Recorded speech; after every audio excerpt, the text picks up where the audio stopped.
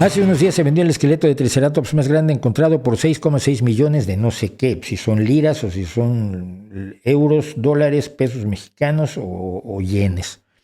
6 millones. ¿Qué piensa de la privatización de restos arqueológicos y paleontológicos? Que es inevitable.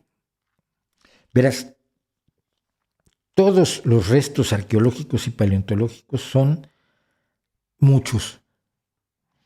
Y no, el Estado no se puede hacer cargo de todos. Lo que puedes hacer es estudiarlos. Obviamente quien encontró esos restos de Triceratops, espero que lo haya entregado a los o que haya avisado a los arqueólogos, a los paleontólogos, sí, a los paleontólogos más bien, perdón, a los paleontólogos para que lo estudiaran, para que vieran qué zona está, antes de sacarlo del lugar donde se le encontró, porque el contexto lo es todo en paleontología, en arqueología y en paleoantropología y tal.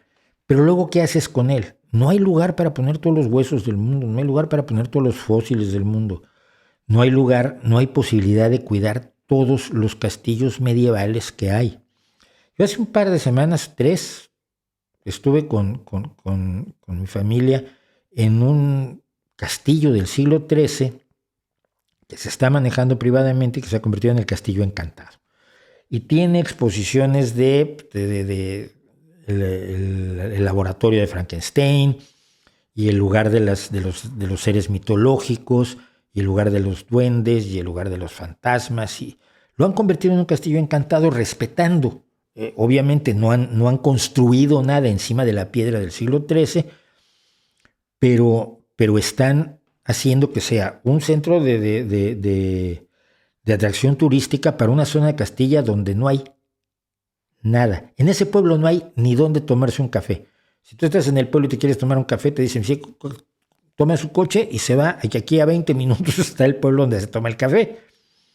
En serio. Entonces esa zona, la llegada de turistas y la llegada de gente que reviva esas zonas tan abandonadas es importante. Entonces, la privatización de restos arqueológicos y paleontológicos y de otro tipo es admisible bajo condiciones debidamente reguladas, y el problema es cómo regularlas debidamente. Yo no creo que todo se pueda o se deba hacer cargo el Estado, ¿no? Hay reglas para que la gente que tiene esas cosas las cuide. En México, por poner un ejemplo, tú puedes poseer restos arqueológicos, pero los tienes que tener registrados, y cuando te mueres tienes que tener registrado a quién van, por si se encuentra que tiene un determinado valor que requiera su estudio, pero nada más. Así que no es problemático por eso.